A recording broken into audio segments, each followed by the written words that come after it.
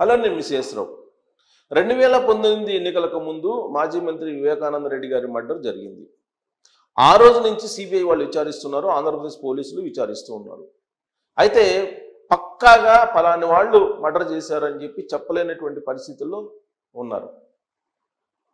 సాక్షులు మాత్రం ఒక్కొక్కరుగా చనిపోతూ ఉన్నారు. వాళ్ళ మరణాల మీద అనేక రకాల అనుమానాలు ఉన్నాయి.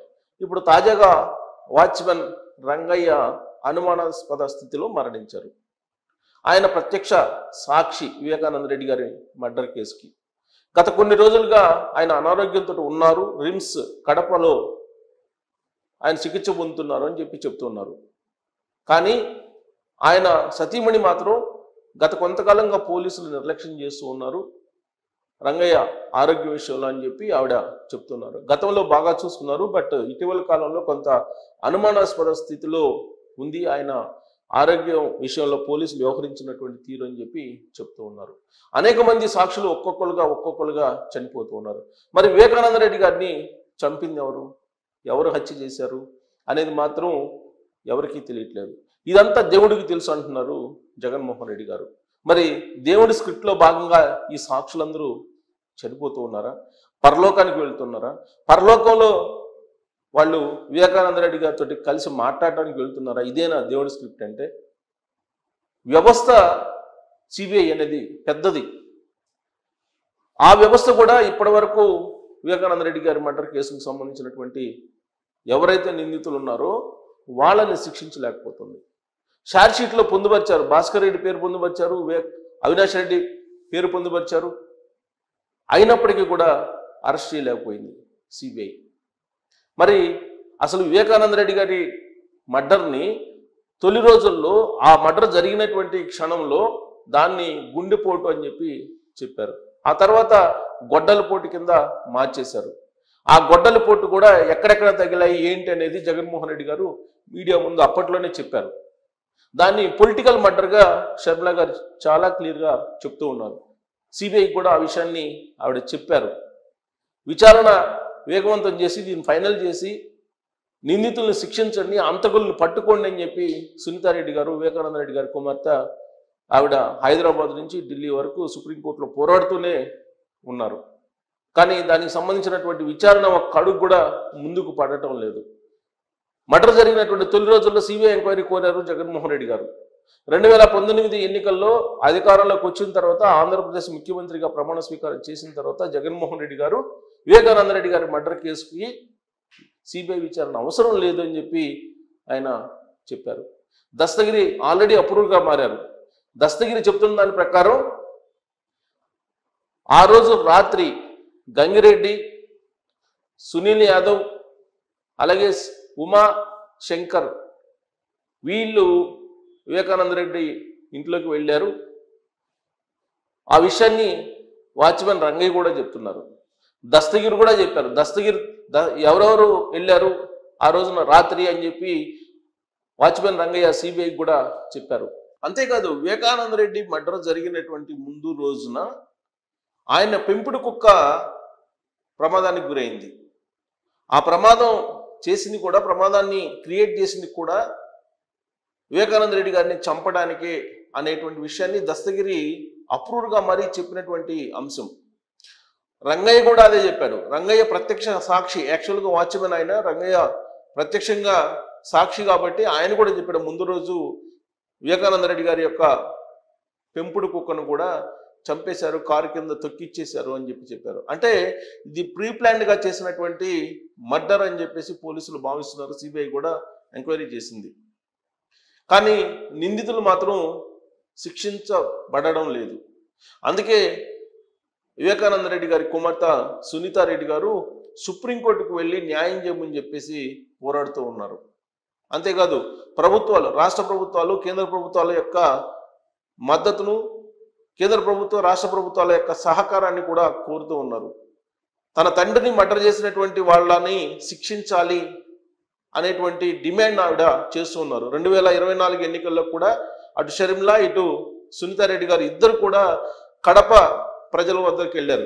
కొంగు చాచి అడిగారు, న్యాయం చేయండి, న్యాయస్థానాల్లో న్యాయం జరగట్లేదు, ప్రజాకోట్లనైనా న్యాయం చేయండి అని చెప్పి అడిగారు. వివేకానంద రెడ్డి గారిని ఎవరెవరైతే మర్డర్ చేశారో ఆ మర్డర్ చేసినటువంటి హంతకులు జగన్మోహన్ రెడ్డి గారి చుట్టూ తిరుగుతూ ఉన్నారనేటువంటి ఆరోపణలను చేశారు. మరి 6 ఏళ్ల క్రితం జరిగినటువంటి ఈ మర్డర్ కేసు వెనుక 2019లో చంద్రబాబు నాయుడు గారు అండ్ తెలుగుదేశం పార్టీ ఉంది అని చెప్పి ప్రచారం చేశారు జగన్మోహన్ రెడ్డి గారు. మరి అనుమానాస్పద స్థితిలో ఇప్పుడు సాక్షులు ఎందుకు చనిపోతున్నారు? వరుసగా నేను ఎవరెవరు సాక్షులు చనిపోయారు అనేది నేను మెన్షన్ చేస్తాను, మీకు గుర్తుండే ఉంటుంది. యాక్చువల్గా నేను ఒకసారి మీకు రివీల్ చేసి చెప్తాను. ఈ కేసులో కీలక సాక్షులు వరుసగా మరణిస్తుండడం అనేది చాలా అనుమానాలకు దారితీస్తుంది. కె శ్రీనివాస్ రెడ్డి, ఇతను 2019 అక్టోబర్లో 2వ తారీఖున ఈయన చనిపోయాడు అనుమానాస్పద స్థితిలో. వాస్తవంగా ఇతను ఆత్మహత్య చేసుకున్నాడని చెప్పేసి అప్పట్లో న్యూస్ వచ్చింది. కానీ అనుమానాస్పద స్థితిలో మరణించారని చెప్పేసి కుటుంబ సభ్యులే చెప్తూ ఉన్నారు. ఆయన మీద అనేకమైనటువంటి నేర కేసులు కూడా ఉన్నాయని చెప్పి అప్పట్లో రిపోర్ట్ అయింది. కానీ ఈయన వివేకానంద రెడ్డి గారి మర్డర్ కేసులో సాక్షిగా ఉన్నాడు. ఇక గంగాధర్ రెడ్డి, అతను కూడా అనుమానాస్పదంగానే చనిపోయాడు. 2022 6వ నెల 9వ తారీఖున ఈయన చనిపోయాడు. ఇక డాక్టర్ ఈసి గంగిరెడ్డి, వివేకానంద రెడ్డి గారు చనిపోయిన తర్వాత ఆ రోజు ఉదయం ఎర్లీ మార్నింగ్ ఇమీడియట్గా అక్కడికి వెళ్ళి కుట్లు వేశారు ఆయన. డాక్టర్ గంగిరెడ్డి ఎవరో కాదు, వివేకానంద రెడ్డి గారి కుట్లు వేసినటువంటి డాక్టర్ ఈయన భారతిరెడ్డి గారి తండ్రి, జగన్మోహన్ రెడ్డి గారి మామ. గంగిరెడ్డి అనుమానాస్పద స్థితిలో ఆయన కూడా మరణించారు. ఇక వైఎస్ అభిషేక్ రెడ్డి ఈ మధ్యకాలంలోనే చనిపోయారు 2 నెలల క్రితం. ఆయన కుట్లు వేయడానికి వివేకానంద రెడ్డి గారి హత్య తర్వాత కుట్లు వేయడానికి సహకరించారు. కుట్లు వేసిందేమో గంగిరెడ్డి, కుట్లు వేయడానికి సహకరించిందేమో అభిషేక్ రెడ్డి. ఎవరో కాదు, ఈ అభిషేక్ రెడ్డి జగన్మోహన్ రెడ్డి గారికి కజిన్. ఇతను చిన్న వయసులోనే ఇటీవల కాలంలో మరణించారు. వైజాగ్లో ఆయన ఆర్థోపెడిక్ డాక్టర్, దాదాపు 38 years 40 years అలా ఉంటాయి. ఆయన అనుమానాస్పద స్థితిలో మరణించారు. దాదాపు 2-3 నెలలు హాస్పిటల్లో కోమాలో ఉండి ఆయన 2 నెలల క్రితమే చనిపోయారు. ఆయన మరణం కూడా అనేక అనుమానాలకి దారితీస్తూ ఉంది. ఇక రంగన్న ఇప్పుడు చనిపోయారు. ఆయన వివేకానంద రెడ్డి వాచ్మెన్, ఎప్పటి నుంచో నమ్మకంగా వివేకానంద రెడ్డి గారి దగ్గర ఉంటూ ఉన్నారు. ఆయన ఇప్పుడు రిమ్స్ హాస్పిటల్లో కడపలో అనుమానాస్పద స్థితిలో మరణించారు. ఇక ఇలా వరుసగా చెప్పుకుంటూ పోతే అసలు వీళ్ళ వరుస మరణాలు అనేది అనుమానాలకు దావిస్తుంది. అసలు ఈ కేసులో ఏం జరుగుతుంది అనేటువంటి అనుమానాలు పెరిగిపోతూ ఉన్నాయి. మరోవైపు ఏమో సిబిఐ అయితే గూగుల్ చాట్ ద్వారా అవినాష్ రెడ్డి గారు, అలాగే అవినాష్ రెడ్డి గారి తండ్రి భాస్కర్ రెడ్డి గారు ఉన్నారనేది ఛార్జ్షీట్లో పొందుపరిచారు. బట్ వాళ్ళ మీద చర్యలు తీసుకోలేకపోతుంది సిబిఐ. మరి సిబిఐ ఈ కేసుని ఎందుకు దర్యాప్తు చేయలేకపోతుంది, ఎందుకు పురోగతిని సాధించలేకపోతుంది, హంతకుల్ని ఎందుకు పట్టుకోలేకపోతుంది అనేటువంటి అనుమానాలు బాగా ఉన్నాయి. పైగా అవినాష్ రెడ్డిని అరెస్ట్ చేయలేని పరిస్థితుల్లో సిబిఐ ఉంది. సిబిఐ అధికారి ఎవరైతే విచారణకి వెళ్ళారో కడపకి తొలి రోజుల్లో, ఆయన మీదనే ఉల్టా కేసు పెట్టారు ఆంధ్రప్రదేశ్ పోలీసులు ఆ రోజున. సో దాంతో అసలు ఈ కేసు రకరకాల మలుపులు తిరుగుతూ లాస్ట్కి ఇప్పుడు ఏ స్టేజ్లో ఉందంటే, సునీతారెడ్డి అలాగే సునీతారెడ్డి గారి హస్బెండ్ వాళ్ళిద్దరికి కలిసి వివేకానంద రెడ్డి గారిని ఆస్తుల కోసం చంపారనేటువంటి అనుమానాలను కూడా కలిగించేలాగా ఇప్పుడు రకరకాలుగా దీని మీద పుకార్లు పుట్టిస్తూ ఉన్నారు. కానీ సిబిఐ మాత్రం ఎంక్వైరీని జరపట్లేదు. మరి సాక్షులేమో చనిపోతున్నారు. ఇలాంటి పరిస్థితుల్లో ఈ కేసు విచారణ అనేది అటకెక్కినట్టేనా, లేదంటే విచారణ సాగుతుందా, విచారణ జరిగేటువంటి అవకాశం ఉందా? దీని వెనుక ఢిల్లీ పెద్దల యొక్క ఆశీస్సులు ఉన్నాయి. అందుకే ఢిల్లీ పెద్దలు ఈ హంతకుల్ని కాపాడుతున్నారు అనేటువంటి ఒక టాక్ కూడా బాగా బలంగా విస్తృతంగా ఉంది.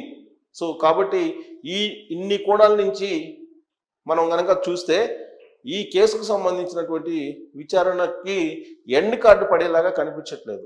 సాక్షులు మాత్రం చనిపోతూ ఉన్నారు. మరి ఈ సాక్షులు ఎందుకు చనిపోతున్నారు అనేది మీకు ఏమనిపిస్తుంది? మీకున్నటువంటి అభిప్రాయం ఏంటి అనేది తెలియజేయచ్చు. Thank you.